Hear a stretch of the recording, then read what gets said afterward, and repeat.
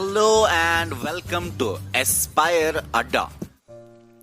Hello and welcome to Aspire Adda. Aspire अड्डा प्यारे बच्चों, जैसे हमने जो लास्ट वीडियो पढ़ी थी उसमें ये रजिस्टर को हमने पढ़ दिया था, मगर आप में से बहुत सारे बच्चे बोल रहे थे कि हमें रजिस्टर और कैशे मेमोरी में फर्क नहीं पता चल रहा, तो ये बता दो। तो सुनिए, मैं पहले बता रहा हूं कैशे मेमोरी क्या होती है। ये प्रोसेसर है, ये रैम है और ये हमारी हार्ड डिस्क है। प्रोसेसर और रैम के बीच यहां पे एक मेमोरी लगाते हैं, इस मेमोरी को बोलते हैं कैशे मेमोरी। और इस मेमोरी में वो वाला डेटा यूज होता है जो फ्रीक्वेंटली यूज हो, बार बार होने वाला। मेरी टर्म पे जरा गौर कीजिएगा, मैं एक बार फिर से बोलूंगा। यहां पे वो वाला डेटा, मैं डेटा टर्म को फोकस कर रहा हूं, डेटा सेव होता है किसमें? कैशे मेमोरी में। और कैशे मेमोरी किसके बीच होती है? प्रोसेसर और रैम के बीच में। मगर ये जो हम रजिस्टर पढ़ रहे हैं, इसको एक बार मैं पढ़ के सुना रहा हूं। Register is one of the smallest set and high speed storage area in CPU. Register CPU के बीच में होता है, ठीक है। यानी कि सीपीयू का मतलब होता है प्रोसेसर, प्रोसेसर के बीच होता है रजिस्टर, मगर कैशे मेमोरी उसके बीच नहीं होती।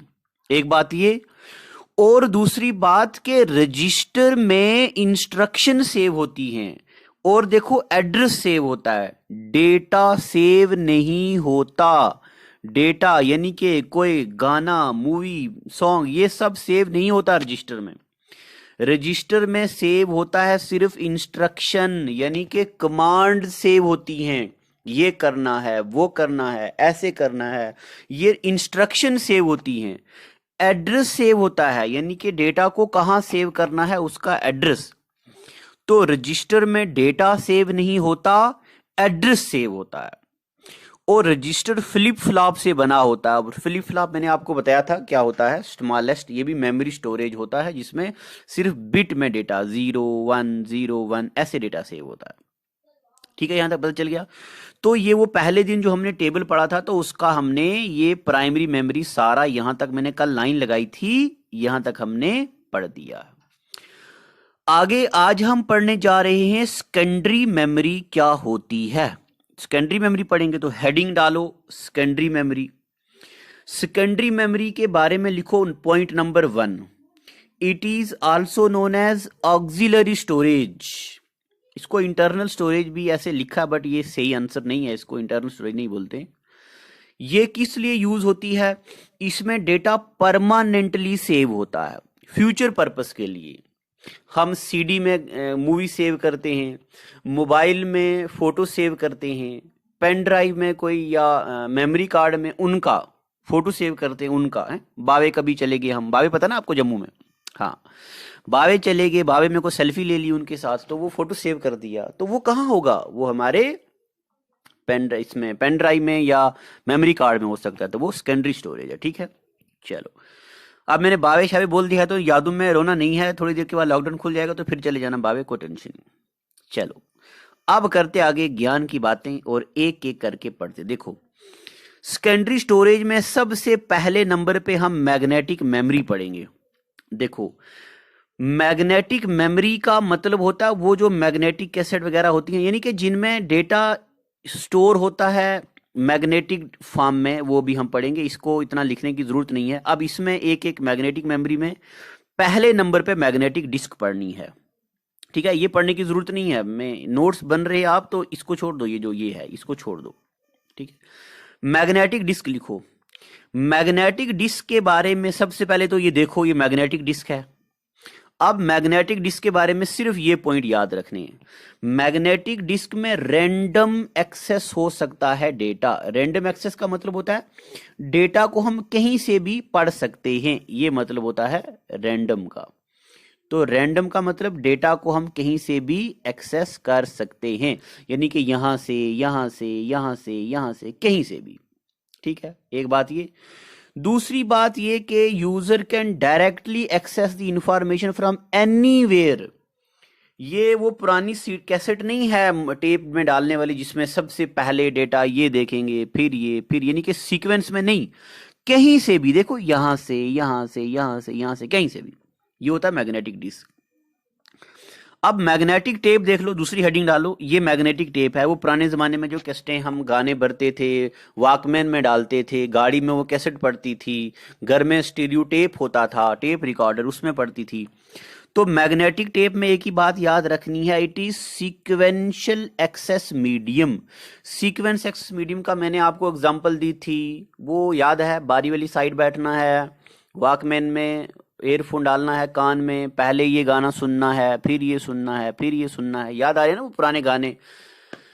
तो किसी और नहीं, वो किसी और से मिलके आ रहे हैं, फिर भी हम उनका इंतजार कर रहे हैं। ओहो, क्या याद दिला देते हो बच्चे आप भी। चलो अच्छा, पढ़ाई पे आ जाते हैं। अब उसके अब उसके बाद देखो आगे, hard disk drive. Hard disk drive जो होती है ना, वो हम अपने कंप्यूटर में डालते हैं। ये भी मैग्नेटिक डिस्क होती है। इसमें डेटा हम परमानेंटली और लार्ज डेटा सेव करते हैं। और एक बात याद रखनी, इसमें रीड राइट हेड होता है, प्लॉटर, ट्रैक, सेक्टर, ये चीजें होती हैं। अभी मैं आपको ये बताता हूँ ये क्या होता है एक एक करके। ये जो मैं पॉइंट लिख रहा हूँ ना, जिसको मैं हाईलाइट कर रहा हूँ, ये बहुत जरूरी है। अब मैं इसको समझाऊंगा आपको। देखो, ये है हमारे पास एक hard disk drive. Hard disk drive यानी कि आपको पता है ना, हमारे लैपटॉप में हार्ड डिस्क पड़ती है। वो हार्ड डिस्क ऊपर से ऐसी होती है, ऐसी स्क्वायर टाइप, मगर अंदर से वो सर्कुलर होती है। तो ये जो मैं अभी पढ़ाने जा रहा हूं, ये बहुत जरूरी है, पेपर में आता है। ये क्या क्या होती है देखो। सबसे पहले मैं इसको एक बार फिर से आपको पढ़ा देता हूं। देखो, हार्ड डिस्क ड्राइव, पहला point, hard disk drive is magnetic disk. सबसे पहली बात, ये मैग्नेटिक होती है, ऑप्टिकल नहीं होती है। दूसरा point, it can store large amount of data in computer. ठीक है। और तीसरी बात ये कि इसके अंदर ये पार्ट होते हैं, रीड राइट हेड होता है, प्लॉटर होता है, ट्रैक होता है, सेक्टर होता है, क्लस्टर होता है। अब ये क्या क्या होती हैं, सबसे पहले हम देखेंगे, एक एक करके इन चीजों को पढ़ेंगे। ये थोड़ा, आई एम वेरी सॉरी, ये यहाँ पे थोड़ा जो पीडीएफ है कट हो गया मेरे से। यहाँ पे मैंने प्लॉटर लिखा है, ये PLATTER, प्लैटर है ये। ठीक है। अब देखो प्लैटर के बारे में मैं क्या बता रहा हूं आपको। देखो, आराम से गौर से सुनना, इसको फील करना। पेपर में बहुत बार ये सवाल पूछे गए हैं। ऊपर से ये सीडी वाली या वो हार्ड डिस्क ऐसी होती है, रेक्टेंगुलर। अब हमने ये जो है ये खोल दिया, ठीक है, ये लाइनें हटा दी। तो लाइनें हटा दी तो हमारे पास देखो ये सर्कुल आ रहा है। ये जो सर्कुलर लाइनें आपको दिख रही है ना, ये वाली, इस सर्कुलर लाइंस को बोलते हैं हम प्लॉटर। क्या बोलते हैं इनको? प्लैटर बोलते हैं। तो platter is circular metal disk, देखो circular, that mounted inside a hard disk. Hard disk drive consist number of overlapped plotter.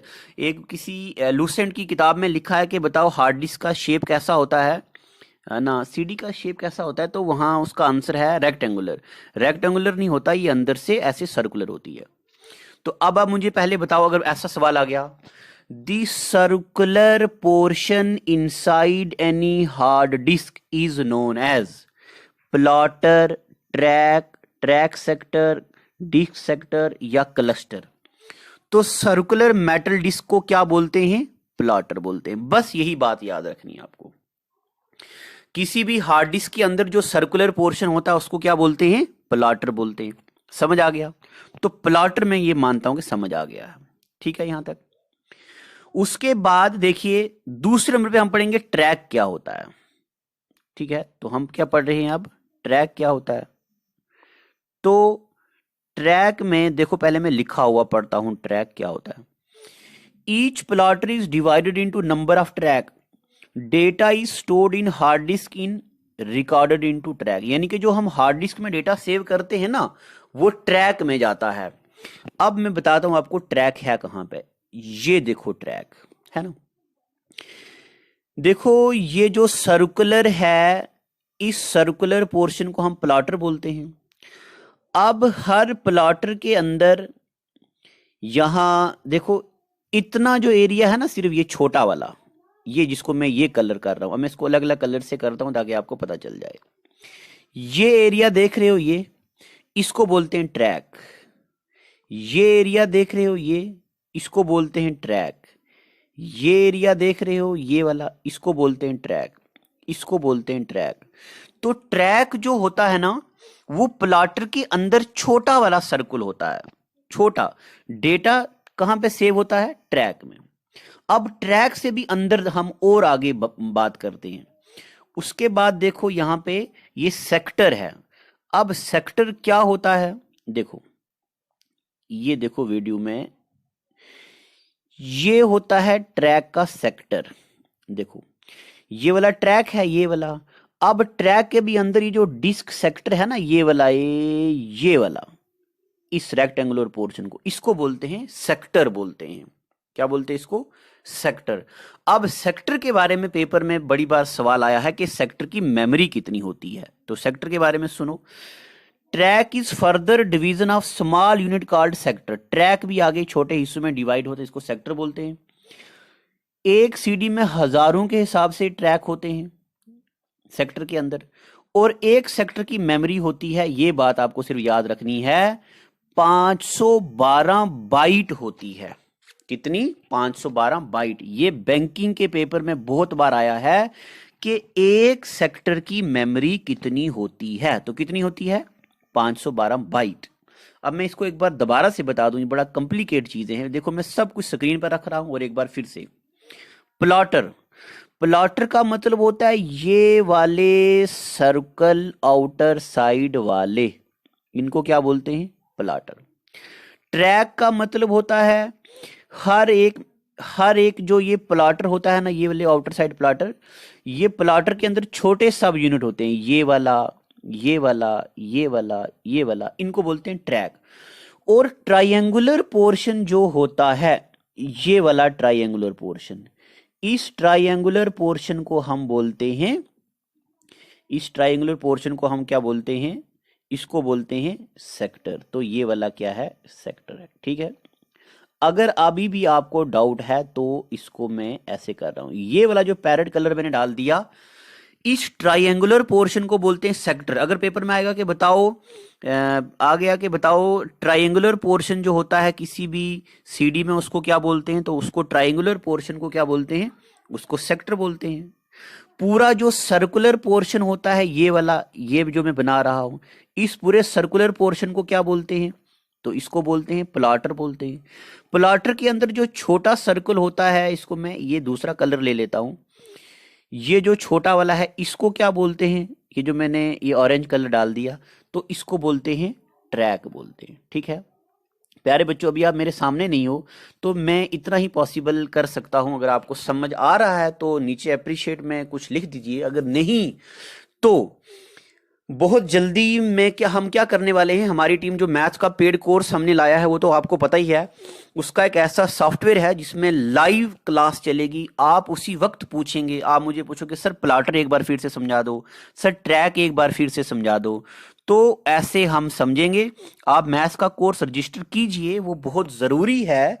तो स्टैटिक जीके तो मैं आपको फ्री पढ़ाऊंगा, बट कुछ कोर्स हमारे पेड वाले भी, जैसे अभी मैंने मैथ्स का ही लाया है, तो जीएस का पेड भी लाएंगे, बहुत हाई लेवल की जीएस होगी।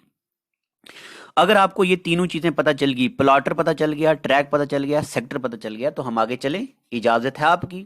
अगर आपकी इजाजत तो चलते आगे। चलो अब देखते हैं आगे।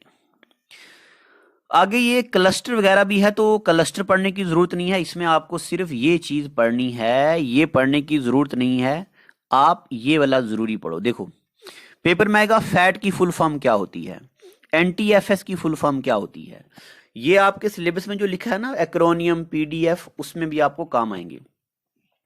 फैट का मतलब होता है फाइल एलोकेशन टेबल, और एनटीएफएस का मतलब होता है न्यू टेक्नोलॉजी फाइल सिस्टम।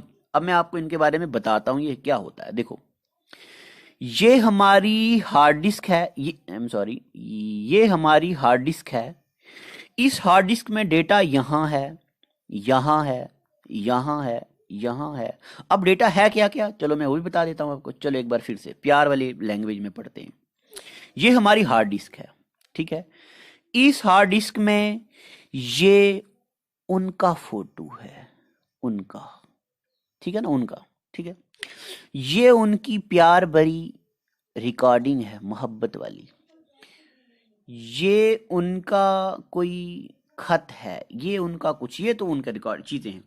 तो फाइलें कहाँ कहाँ सेव हुई हैं, इनको बोलते हैं NTFS, न्यूट ना सॉरी, इनको बोलते हैं फैट, फाइल एलोकेशन टेबल, यानी कि फाइलें कहाँ कहाँ पे हैं। अब ये आपका फोन है, तो आपके पापा ने, मम्मी ने फोन ओपन किया या लैपटॉप ओपन किया तो उनका फोटो दिख गया, ओ गड़बड़ होगी। अब जो हालत होती है तो वो बहुत बुरी होती है। तो हम आप पढ़ने जा रहे NTFS क्या होता है। ये हमारे हार्ड डिस्क है और इस हार्ड डिस्क में ये उनका फोटो है, ये उनके साथ बावे जाने वाला फोटो है, ये यहाँ पे, ये क्लास में, ये फलाना डिमका। हम इसको पासवर्ड रख सकते हैं, है ना, पासवर्ड रखते हैं ना, हम पासवर्ड रखते हैं, इनक्रिप्ट करते हैं, छुपा हाइड करते हैं फाइलों को। तो जो टेक्नोलॉजी फाइलों को हाइड करने में हमारी हेल्प करती है उसको बोलते हैं न्यू टेक्नोलॉजी फाइल सिस्टम। अब फाइल क्या कर दी हमने, हाइड।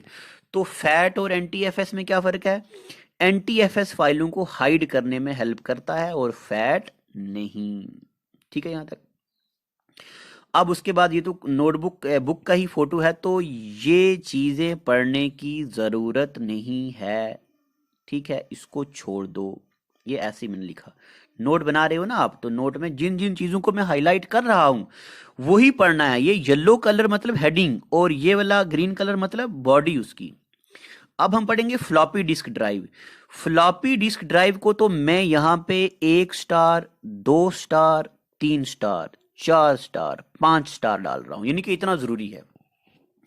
सबसे पहले FDD, इसको शॉर्ट फॉर्म होती है, FDD का मतलब होता है फ्लॉपी डिस्क ड्राइव। दूसरी बात ये लिखो कि फ्लॉपी डिस्क ड्राइव ने CD USB ड्राइव को रिप्लेस कर दिया, आजकल ये यूज नहीं होता। अब ये यूज क्यों नहीं होता ये भी बताता हूं। अब अगला पॉइंट, ये जो मैं डब्बा बना रहा हूं ना, इसको दिल की सुर्ख दीवारों पे लिख दो, इतने डब्बे को। बहुत बार पेपर में आता है ये, दिल की सुर्ख दीवारों पे लिख दिया, लिखा कि नहीं? हाँ, अगर नहीं लिखा तो अभी लिख दो, जल्दी जल्दी, वक्त है। इस डब्बे को दिल की सुर्ख दीवारों पे लिख दो। चलो, और जो दिल की सुर्ख दीवारों पे लिखा है उसको मिटा दो थोड़ी देर के लिए, क्योंकि अभी एग्जाम की डिमांड वो नहीं है। चलो, अब मैं आपको बताता हूं कुछ चीजें। देखो, पेपर में सवाल आता है कि फ्लॉपी डिस्क ड्राइव जो है वो कितने साइज में आती है। तो वो आती है 8 इंच में, 5.25 इंच में, 3.5 इंच में। 8, 5 1/4 एंड 3 1/2, इतने साइजेस में आती है फ्लॉपी डिस्क ड्राइव, ठीक है, पेपर में आता है ये। तो फ्लॉपी डिस्क ड्राइव के इसके अलावा कोई साइज नहीं होते, सिर्फ 8 इंच होता है, 5.25 होता है, 3.5 होता है, ठीक है यहां तक। एक बात ये, उसके बाद इसकी कैपेसिटी क्या क्या होती है, इसकी कैपेसिटी सिर्फ 80 KB होती है, या 1.2 MB होती है, या 1.44 MB, या मैक्सिमम 2.8 MB। तो पेपर में आ सकता है, बताओ maximum size floppy disk drive का क्या हो सकता है। तो सिर्फ 2.8 MB हो सकता है, 1.4 हो सकता है, 1.2 और 80। इसके अलावा ना कोई साइज होता है, ना कोई मेमोरी स्टोरेज होता है। ये पेपर में बहुत बार आता है, इसलिए मैं इसको हाईलाइट कर दे रहा हूं, ठीक है।